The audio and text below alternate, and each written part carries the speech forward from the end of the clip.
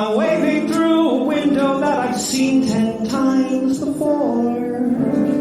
Where's the show that offers more?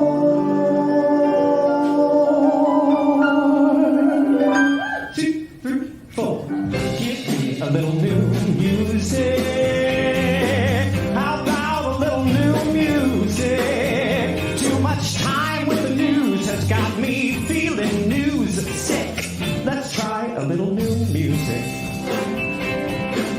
This is the first time I'm premiering Mansplaining, my song from Glass Ceilings. ALittleNewMusic is such a wonderful place to premiere a new musical theater. I think it's great to introduce, my stuff to a new audience and also be part of a community that both values new musical theater and also supports it. I had a song and a concert, and it felt like a really safe audience that really was in tune with what I was trying to say. I came from the Bronx to come sing here. I'm singing Dance Floor. It's a new song from the Broadway show Talk to Me. The song I get to perform tonight is called The Only Straight Boy in the Room, which really spoke to me. I am singing a new song, Karner and Gregor's song called Fractured Fairy Tale. It's really exciting because we get to put our spin on it, and you're really a part of that process too, of bringing a show to reality.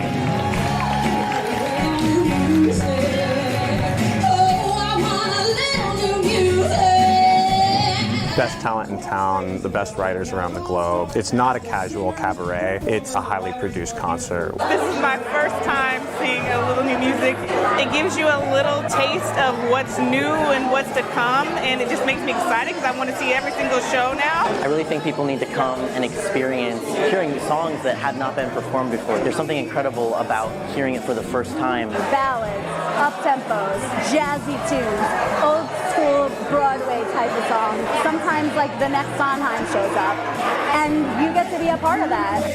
Let's try a little new music. Come on, guys. Let's try a little new music.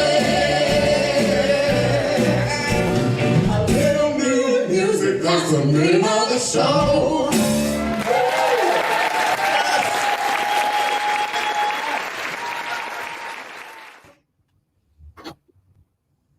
A little new music. That's the name of the show, folks. Welcome to our Spotlight series. I am Keela. I am one of our volunteer producers. So since 2013, ALittleNewMusic has brought to LA audiences many fast-paced hours of new and unheard musical theater songs featuring over 150 writers and writing teams. And we're so happy to have you here with us tonight, where we spotlight one writer at a time. Hello, Keela, and happy May the 4th to you and all of you out there with us tonight.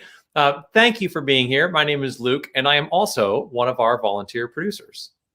So in a moment, we will welcome tonight's featured guest, a very talented, incredible genius of a woman. Anyway, I'm obsessed with her. We'll get into that later. So before we do that, we do want to ask for your support.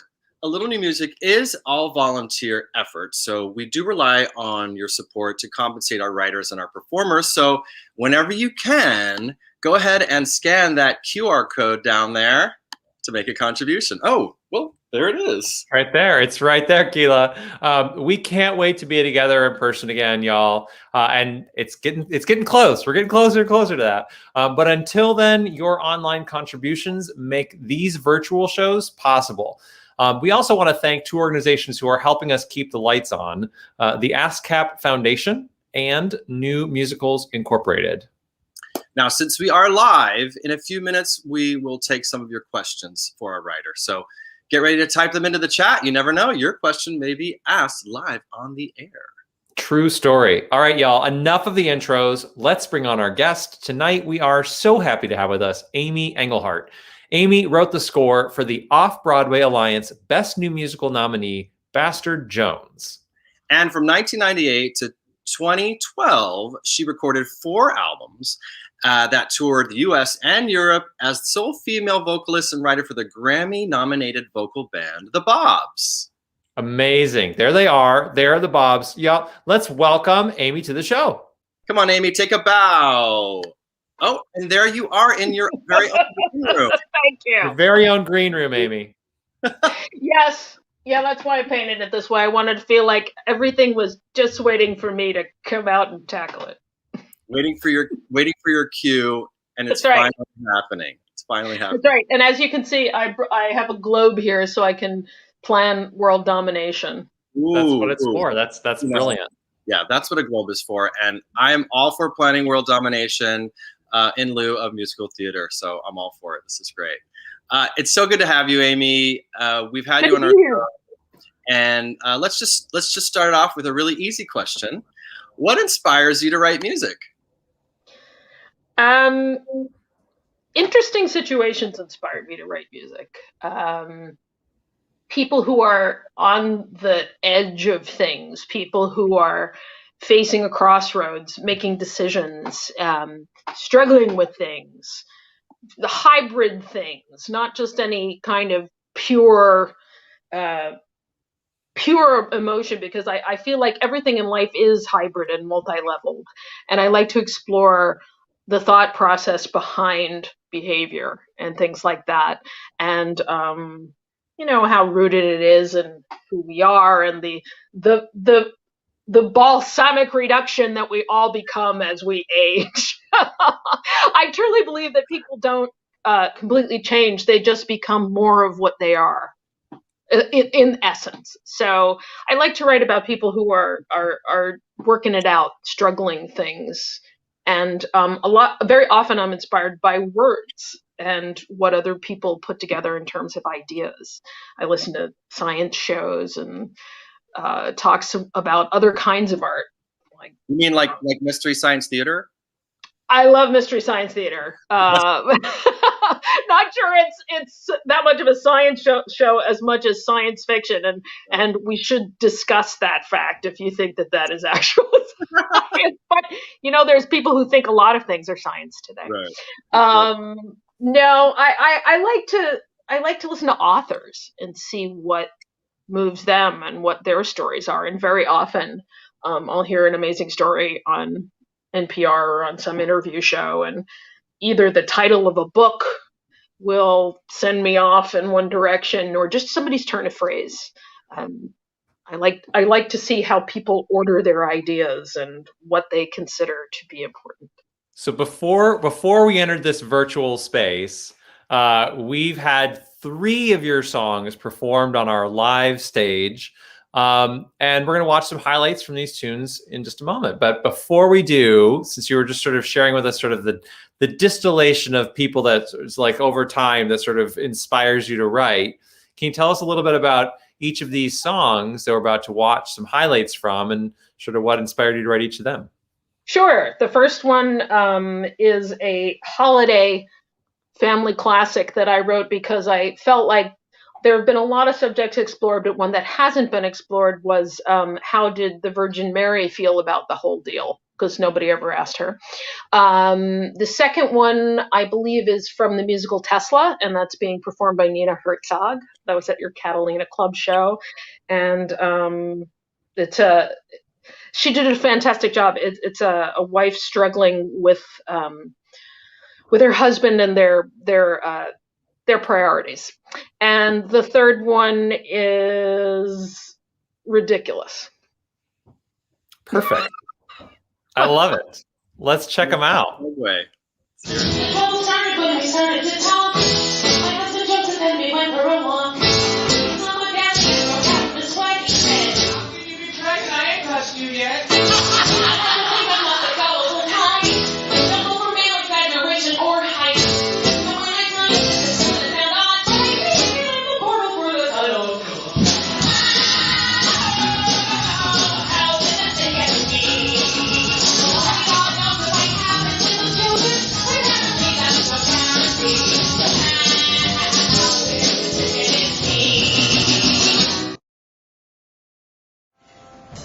He's a titan and a gambler, unafraid to bankroll dreams, but so conscious of where he came from, he knows what hard work means. He's dependable, often stubborn,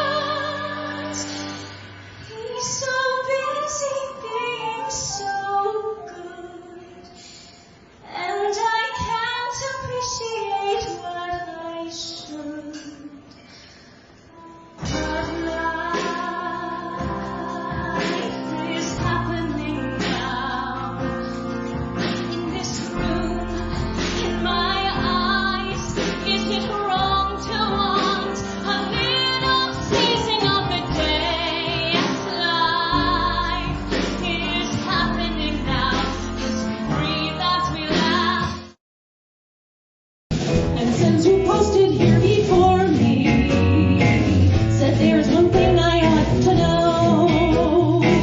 The captain's eyes would soon explore me, and he would try to boldly go. So he did ogle me in sick bay, and on the bridge made kissy noise. It's always let's act like a dick day. Even in space, boys will be boys, but you're no longer such a young turd. You're Dunkirk. Horny frat boys never cracked a book. I'm a scientist, who cares how I look? What's this cocktail waitress uniform? Oh, I think I see a pattern. You'll get me to bend over, so you can see all the way to Saturn.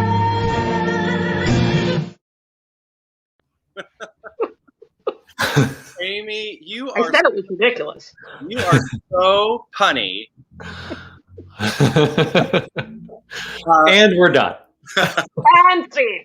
Now, before I get into our next question, I do want to remind our audience, please type your questions into the live chat right now. You never know, your question may be answered if it's asked first, obviously. So, Can Amy, you also ask that people type answers into the live chat? Because I think we actually all need answers as much as we need questions these days. We I do. would love some answers. we need answers for sure. So, Amy, now, how did you get involved in this whole thing called musical theater? When did you start writing? Oh gosh, I was, you know, a baby. I was a baby person. I was taking musical comedy classes at my local dancing school in New Jersey when I was from a very young age, and I think I was inspired by all the ridiculous crap that was on TV at the time. It was the mid 70s, so it was all variety shows and things like that. And you know, I was an early adapter for that kind of nonsense and kind of campy stuff. Yeah, and so I took all these classes, and I forced my brother to do all these shows for our babysitters, and eventually took classes in New York. I pitied my poor neighbors because I didn't get to be Annie, but you know, I actually at one point in my life I met Martin Charnin, and I told him that I was online waiting to get into the replacement callback because I was like 11, and it was this epic thing. I don't know if anyone who's too young knows about this, where the New York City police were called in on horseback because the line got out of control. Oh, because wow. they didn't expect that all these millions of kids would show up. And I did. And I think I moved 1 block in the space of a day. And it was this whole thing because nobody got in. And, you know, stage mothers were rioting and stuff like that. And there was a whole thing in the New York Times. And I said, yeah, Martin, you know, I was on that line. And he said, oh, really? But, you know, we issued apologies and we asked everyone to come back the next day. And I said, Martin, I had school. I couldn't come back the next day. Come on. You were 11 years old. You said, "I had school." I was like 11. Come on. I skipped school to go to New York and, you know, try and be Annie. And Martin Charnin reaches across the table and he goes, Amy, I am so sorry. You should have been Annie. I was like, check, please. We're done. I can. Hey. You know, it's not too late. I just want to say. You could still be Annie. As long as at least he said it. I'm Annie here where it counts. Yeah. You're the balsamic version of Annie. I actually think it would be really funny to write some story about like an Annie who's, you know, 45 and what happened to her life, you know. And I think we just birthed a new show live on air for our audience. Is that an invitation to showcase it in your programming? So we do have some questions we also want to ask here. I do too. You're not giving us a chance to ask because you don't want to answer these questions. So Amy, you wrote the music for Bastard Jones, which, as we noted earlier, was an Off-Broadway Alliance nominee for Best New Musical. What did you enjoy most about this show? Well, gosh, it took us a long time to get to actually produce it, and we were finalists for the Richard Rodgers. We were finalists for the O'Neill twice. It was really frustrating. We were kind of bridesmaiding with it, as we called it. And then we had the opportunity to produce it at the Cell Theater, which is a wonderful company on 23rd between 8th and 9th in a rather unique space. And the way Mark Aceto, who wrote the book and co-wrote the lyrics, and I set up the production was very mission-oriented, because this is a show that we cared a lot about. And this was in 2017, before all these major discussions, sadly, before all these major discussions about inclusivity were happening. And Mark and I wrote a show about the fact that you cannot discriminate against anyone based on their birth circumstances. In fact, the opening number is called The Pursuit of Happiness. And that's what it's about. And when we wrote it, it was kind of about gay marriage, but it kind of blossomed to be about everything. And once Trump got elected, this production happened. And we were very, very serious about an all-inclusive cast, because that's what the show is about. And in 1742, it was denying someone stuff because they're a bastard. And now if you substitute any adjective for bastard, that is a basis for discrimination. Sadly, that's it. So that is Renee Ruiz on the left, and as you're looking, and Evan Ruggiero on the right, who was nominated for a Drama Desk for that role, as well as a Cheetah Rivera Award, and he won the Clive Barnes Award for it. And it was kind of amazing. Our little production that could. We were really proud of it. We financed it ourselves too. And the idea was funnel all this money, as you can see, to this small stage, 9 actors, triple cast in ways that would really amuse them and keep them happy. It was a hysterical show about a serious subject, kind of like a, I don't know, Restoration Farce meets The Muppets meets, I don't know. It was really fun. There were crotches and faces, but there was no actual nudity. It was, I really, the thing I loved the most about it was the sense of community that came out of it, actually. Because, I mean, musical theater is the most collaborative art form there is, I think. And the fact that we made a choice to represent America in our casting in terms of race, ability, we actually had a trans person in the cast initially, but they ended up not being able to do it. They were replaced by Crystal Lucas Perry, who, if you know Crystal Lucas Perry, who did a Bright Room Called Day at the Public, and after us, her next project was Petruchio in the all-woman Shakespeare in Chicago Shakes. I mean, she was badass. So we had an amazing time, and no role is written for any specific race, ethnicity, or ability or disability. So the casting was an absolute joy in terms of balancing everything. And we didn't call it colorblind; we called it color conscious, because that's what it is. And it's actually written in the script, that's what we want. And we funded it so that everyone who contributed got a tax deduction, because the Cell is a 501c3. Then that money paid creatives and budget and cast. It was an equity show. And then when all was said and done, we donated the box office to Cyndi Lauper's True Colors Fund, which supports homeless LGBTQ youth. $25,000. Outstanding. Oh, incredible. Yeah. I mean, so the whole thing was mission based. It was so rewarding. And I have to say also, one of the best things about Bastard Jones was we got the show we wrote. And that it's actually a rare thing for great. writers to be able to say that. And as it unfolded in front of us, it was just pure joy. The whole thing was pure joy, and I couldn't be happier with all of the work of the cell and the designers and the cast. And it was one of those things where you just go, okay. All the stars just aligned, right? Yeah. And I can feel your your sense of achievement and just how proud you are. And hopefully this show has legs. I mean, hopefully we'll see it in the future. So we're talking about a West Coast concert version, and I've had some meetings with some people about it out here. It didn't come to pass. We had an angel who was going to help us advance it. We had an option in New York that didn't work out. Not unusual for that to happen. But I can't imagine a riper climate for a show like this, actually. So before our ingenues get too old, because we want to use the original people as much as possible,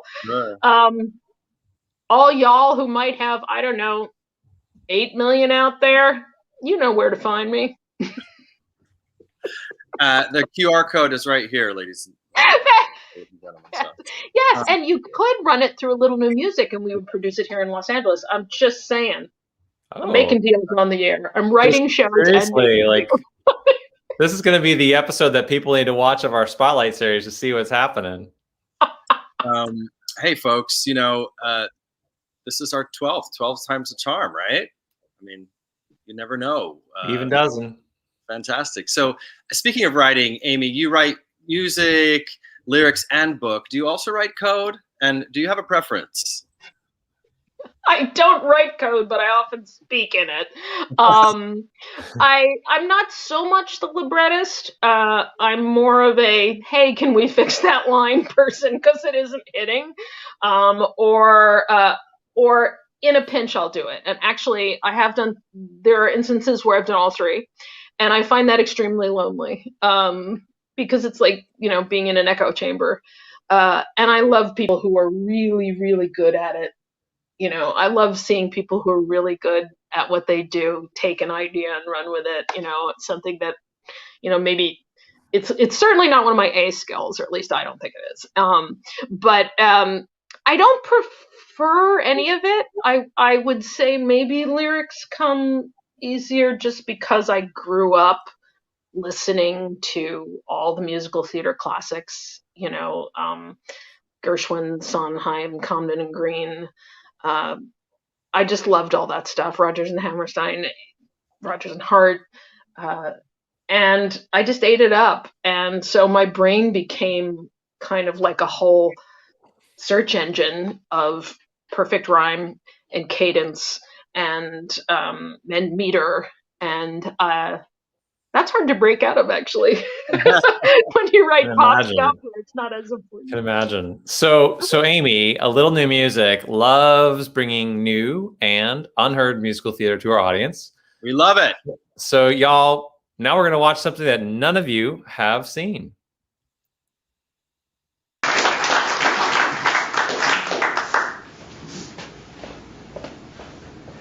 Amy Engelhardt.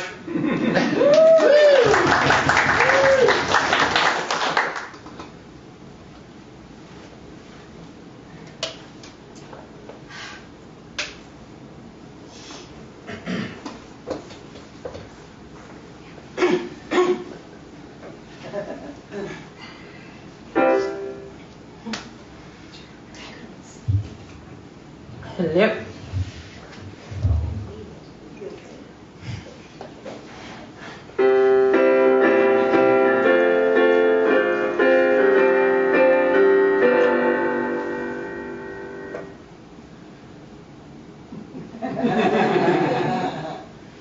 If I'd known you were coming, I'd have rehearsed. If I'd known you were coming, I'd have planned the set. Maybe this isn't the song that I do first, or at all. Hey, that's funny.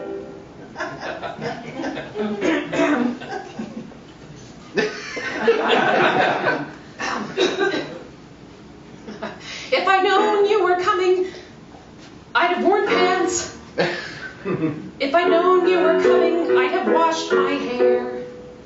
Maybe I wouldn't have left so much to chance, or to luck, or to the gods that surely don't exist. I'm fucked. Oh, why are you such a problem for me? Why, oh, why did you sit in the front where I can see your reactions?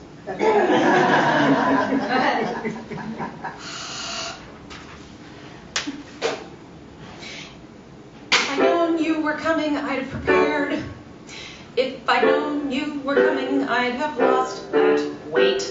Maybe I might have even gotten scared. The odds are good. But I'm not, and you look really hot.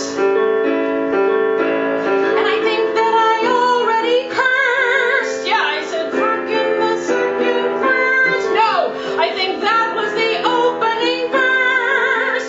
And if I'd known you were coming, I'd have rehearsed. Oh, why am I such an idiot? Why, oh, why did I not consider that this is a semi-public event? If I'd known you were coming, I'd have tried. If I'd known you were coming, I'd have dyed my roots. That's a fact that cannot be denied. So I might be afraid. You're right here and you paid. But here I am and there we go. Yes, here I am and there we go. Tonight will not be the worst. And if I'd known you were coming, I'd have rehearsed. Can you all come back next week and I'll put you on the list?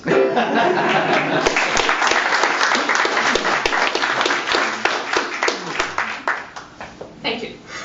Thank you for being here. Wow. And yes, pipes. You know, it's not lost on us that many of the things you said you would have done, like wearing pants or dyeing your roots, are all sorts of things that in the last year I feel like many of us just haven't done. Priorities. Just going to go out there and say it. But that was delightful, Amy. I want to remind our audience, if you have questions, now is your time to put them in the chat. Keela and I just have a couple more questions for Amy. First, you've gotten to collaborate with a number of writers. What have you found has worked well, and what's been difficult? Well, it's not always the case that you know the person you're going to collaborate with really well. You may just like their work. So I find that literally spending time swapping molecules with each other, even though that hasn't been the case in these COVID times, but literally spending time with each other is one of the best things you can do before you even put pen to paper. Just hang out, just do things together, just rap, get blackout drunk together. I don't know what it is, but some activities that you as people can do to get to know each other. And it's really hard to do stuff if you don't know a person, to do it, the way we've been doing our lives these days. And even though I have set up something that I'm going to be working on over the summer that way, we're ferociously trying to find residencies where we can spend a week together, just getting to know you, getting to the core of how we work together, because you don't know. I would also say have a contract. And I would also say one of the keys to my collaborations has been being clear what everyone's roles are, even though I like to think I'm a very porous collaborator and very open to other people's ideas, and because I want to see what they're seeing, and especially if I'm not seeing it. The most successful ones have been where we have been able to spend time together and get to know each other's people and let the other person do their thing. you know, and you can always go back later and say, hey, can we reshape it this way, or can we do it that way, or what, or ask them questions about it. Yeah. It also depends on whose passion project it is, you know, like who brought it to the table. But gosh, I love collaborating, and I think it's really fun. It's challenging sometimes when people who come from completely different backgrounds that are not musical theater are people that you work with. There's wonderful things they bring to the table, but sometimes it's just a question of conventions and what you can and cannot do, which is good and not good, maybe in musical theater versus pop. And not all writers are able to, you know, literally go balls to the wall with it, or commit to something, whatever it is, any emotion, or make a huge statement. Not everyone is comfortable doing that. Or write more of a narrative style. Not everyone is comfortable doing that either. And narrative can apply to both lyrics and music. So awesome. Well, speaking of collaboration, where did it all begin? Where were you trained? And, you know, did you have a favorite role while you were in school? You're assuming I got cast, which I did not. Which is one of the reasons I started writing, actually. But I did have a favorite role, though. I played Audrey in Little Shop 3 times in the late 80s, like boom, boom, boom. And boy, that was fun. One of them was a summer stock thing, and it was at the University of Connecticut, which at the time was the only school that offered a master's in puppetry. So they designed their own Audrey plant, and that was super cool. Like I said, I grew up doing musical comedy classes, and then started training in New York. I eventually went to Syracuse for undergrad in musical theater, and trained classically. They kind of didn't know what to do with me. I didn't know what to do with me. It was an adventure. Let's just say that I was, I think I was down to final callbacks for every major role, be it Shakespeare, be it the musicals, and then didn't get it. And then finally, when I did get cast as an understudy, it was I was understudying a friend of mine, and we had founded an improv group called Second Choice, and it was what it was. But the thing is, had that not happened to me, I wouldn't have taken my writing seriously. And somebody came in my senior year, the person who would be my mentor, and said, "Hey, why aren't you doing this? Why aren't you writing? You should be hosting this cabaret. In fact, you're going to host this cabaret. You're going to do some of your own material. You're going to do this. And did you know that you're funny?" And I didn't. I mean, I knew I was, I knew I was smart, and I knew that I did say funny things, but I thought I was this, I thought I was, I don't know, Sarah Hartburn, this toxic ball of, I don't know, something that was meant to lure you in and kill you. It was, I don't know what I thought I was, but it was way too serious. And I didn't appreciate some of the other skills that I had. And I went to Berklee College of Music after I was out in the world for a while. And that kind of changed my life. Nice. And did you dress up as a nun for something and play around the world? Yes, I did. That's me in the center, being all the TV show and shit. That is the promo campaign for the Amazon Prime series Good Omens. Amazing. And it was a crazy gig where I was hired along with Rena Strober, who has done your series many times as a performer, and Maureen Davis, who I'm not sure has, but she lives out here, and she's original cast of Into the Woods. And there are these characters, the nuns are in the series, and they're minor characters, but they set the entire plot in motion. And this wonderful director, Hal Kirkland at at a marketing agency in LA had this vision of creating the world of the nuns. So me. Oh, by the way, someone just said, imagine Amy is a nun. Ha ha ha. I know I was going to say I know where you live, but I don't know where you live. Forget it. but yeah, so I led a group of nuns, satanic nuns. It was a very Monty Python experience, and I was the Mother Superior of the Chattering Order of Saint Beryl, and we flash mobbed in crazy places, and we crashed Q&As and screenings with Neil Gaiman and David Tennant and John Hamm.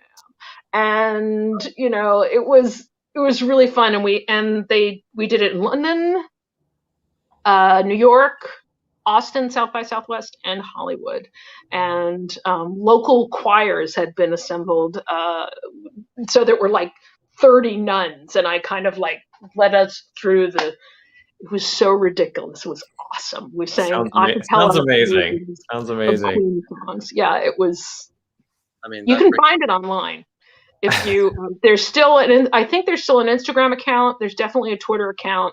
It hasn't been active since 2019.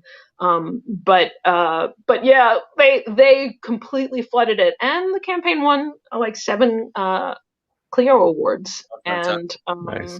Because it was interactive and it was crazy and it was mainly improvised, and boy, it was a hoot. So I think we have time for one, maybe 2 audience questions here. I heard. So we have a question here from Eric Cornwell. You obviously have a gift for humor. So you're reading to your audience here, Amy. Is it harder to write than you make it seem? Wow, what a great question. Depends on what it is. Is it harder to write humor? I believe that's the question. Yeah. What the question is. I find that if inspiration hits you, no matter what it is, if it's funny, and funny is just serious brought to a comical extreme, taking something way to the wall. I find that initially, if you've done this for a while, you get an initial, and this is a technical term, and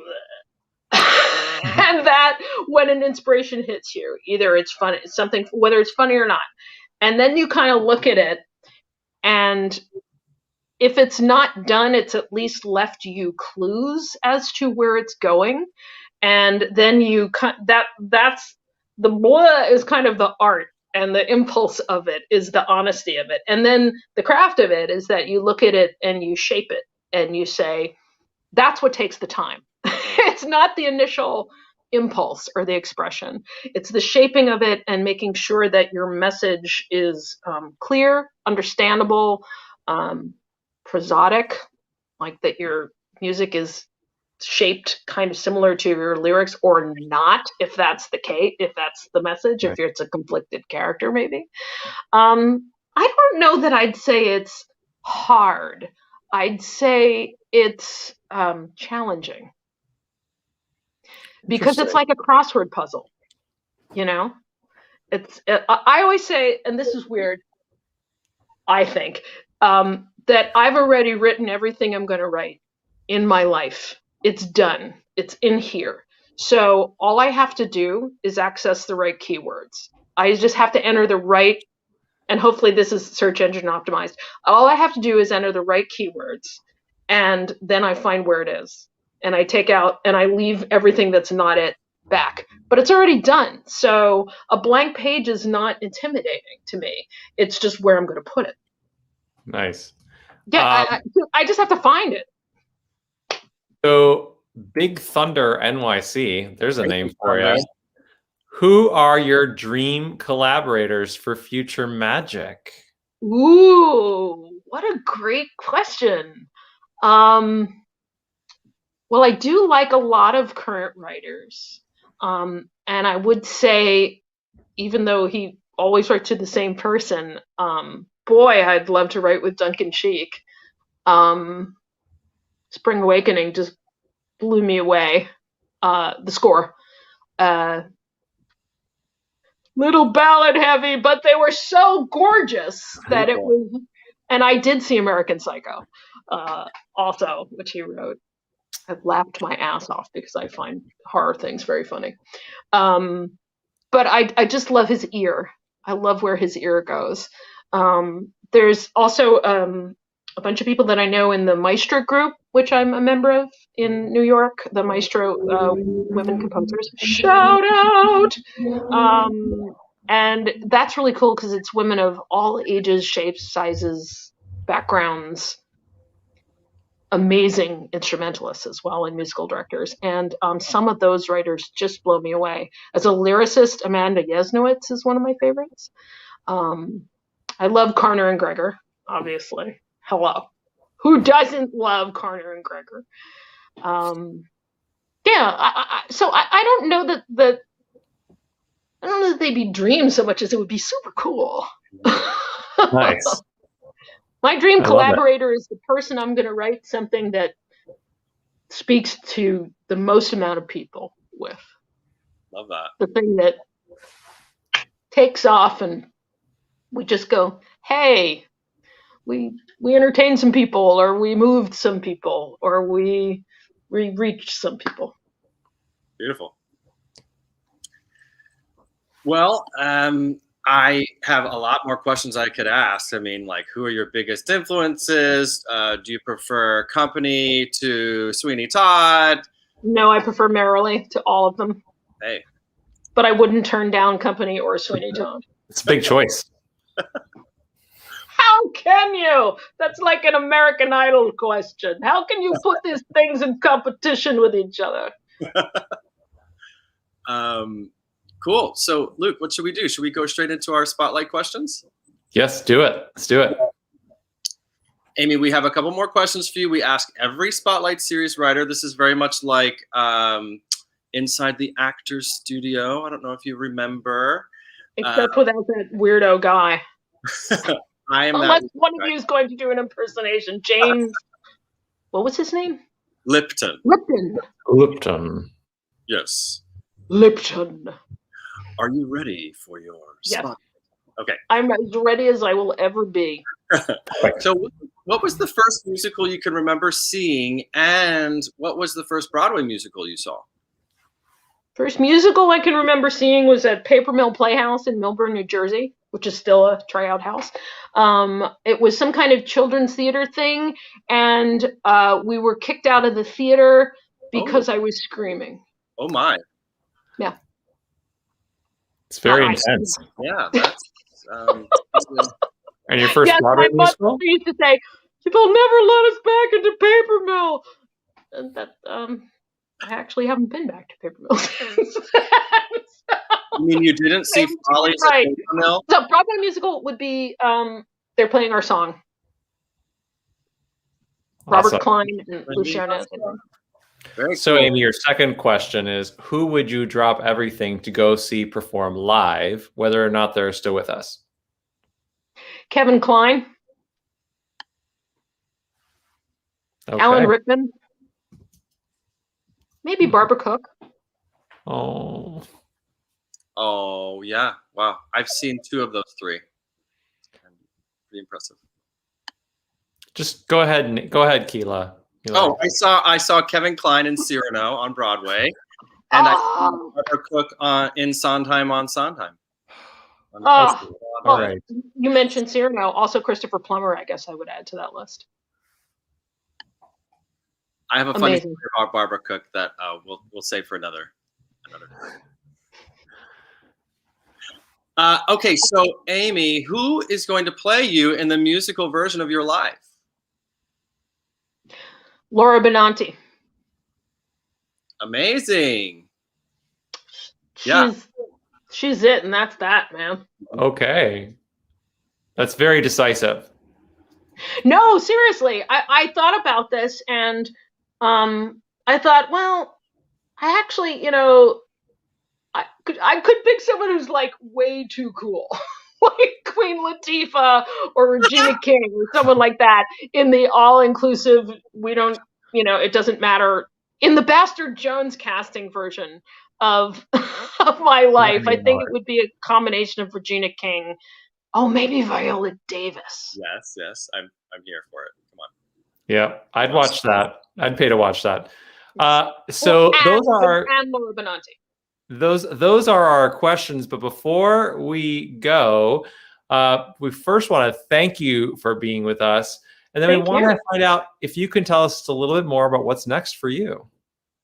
Sure. I'm actually premiering something in 2 weeks that doesn't exist yet. And that's kind of funny. So you'd have rehearsed, is what you're saying.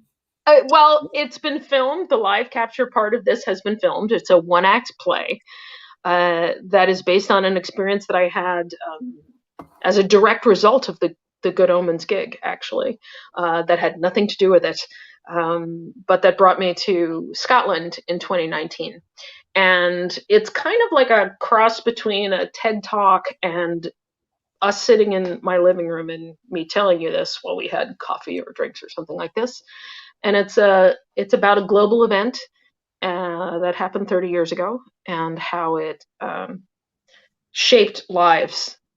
I had a personal connection to it, and I really don't like one-person shows. So the fact that I actually wrote one, am doing it myself, and filmed it, and I'm coming out of the pandemic with such a personal project, that pretty much should tell you all you need to know. It has some music in it, but it's not a musical. And it will be available on Showtix to stream on demand from May 21st to June 1st. And it's very different for me. It's not, I would say it's not intentionally funny. How's that? Well, for those of you who are watching us tonight, the link has been dropped in the chat. So if you want to check it out, info is there for you.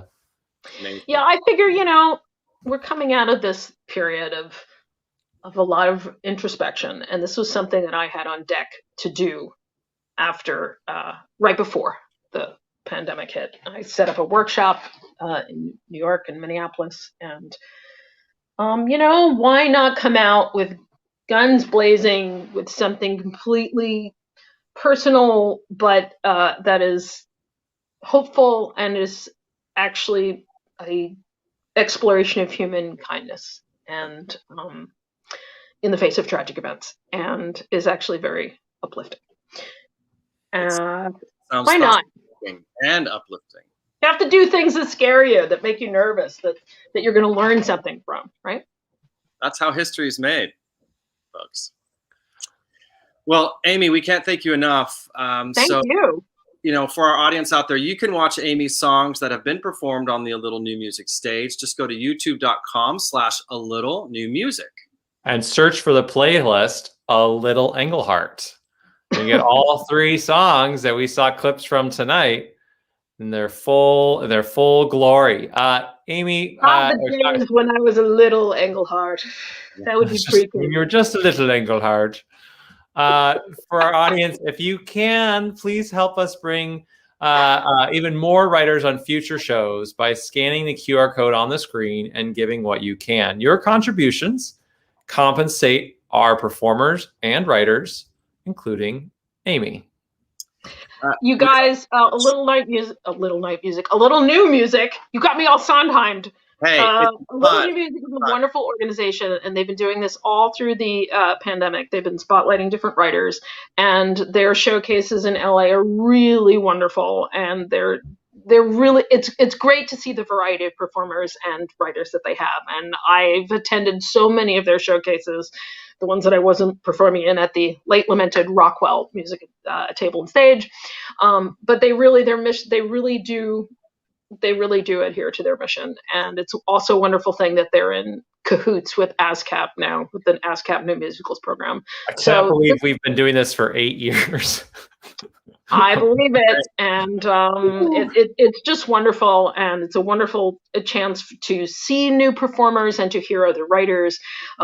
Such a wonderful organization. So yes, please support them so that they can continue doing this. Well, speaking of our collaborators and our team, we'd love to give a shout out to everybody working behind the curtain, as they say here in the showbiz. Yes, thank you to Amy and Travis. Yes, let's welcome our Spotlight Series executive producer, Amy Francis Schott. Come on out, Amy, take a bow. Hi, I even remembered to unmute myself this time. Thank you so much, Amy. It's nice to have a collective of Amy's. Two Amy's, no waiting. Multitude of Amy's. You just can't have too many, a multitude of Amy's.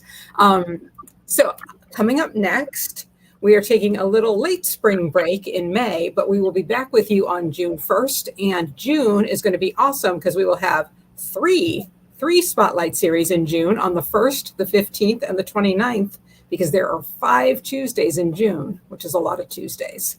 We're going to be featuring Zoe Sarnak. We're going to be featuring Meinwald and Leary and some other exciting folks that I can't quite tell you about yet.